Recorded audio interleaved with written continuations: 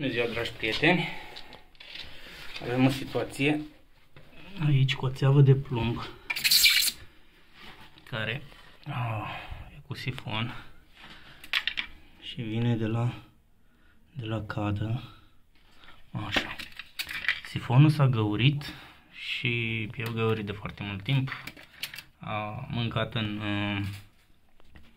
tavan până a ajuns la vecina de desubt. Așa. Cum reparăm noi țeava asta și eliminăm, e de plumb țeava. Jos nu avem cum să ne legăm pentru că ea se ramifică într-un Y. Se unește cu cealaltă țeavă de la vecinul. Așa. Și intră într-o... Asta de aici, uite așa. Intră aici într-o țeavă, cum e aici, o ramificație. Țeava de ponta. Așa. Se poate pune un racord de genul 40 redus la 32. Așa. Sau în cazul meu, am avut un noroc. Țeava a fost mai mare în diametru și am putut să intru direct cu 40 în ea. Am lărgit-o. Am tăiat bucățile. Uitați aici. Tăiat bucățile, le-am încălzit, am încălzit țeava.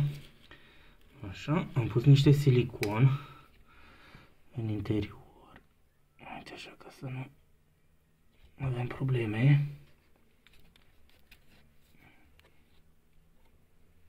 Așa. Am dat un pic cu șmilgher racordul, cotul care îl bag acolo, l-am dat un pic cu șmilgher. Așa. Și am băgat așa. Acum o să probez cu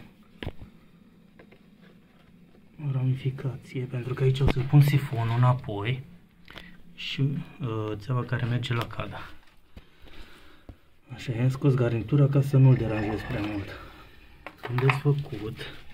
Vedeți că pe lângă a mai rămas gaură. Așa. L-am băgat cât de mult am putut înăuntru. Bun. Și acum, ca să fiu sigur că etanșezează foarte, foarte bine, îi pun poxilină de jur împrejur. Fac un manșon de poxilină. Și nu mai are moarte. După care procedăm ca și la celelalte scurgeri. Montăm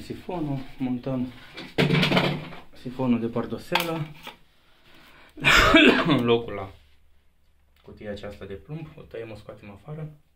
Montăm sifonul de pardoseală, reparăm și asta este. Mult noroc tuturor și spor la muncă!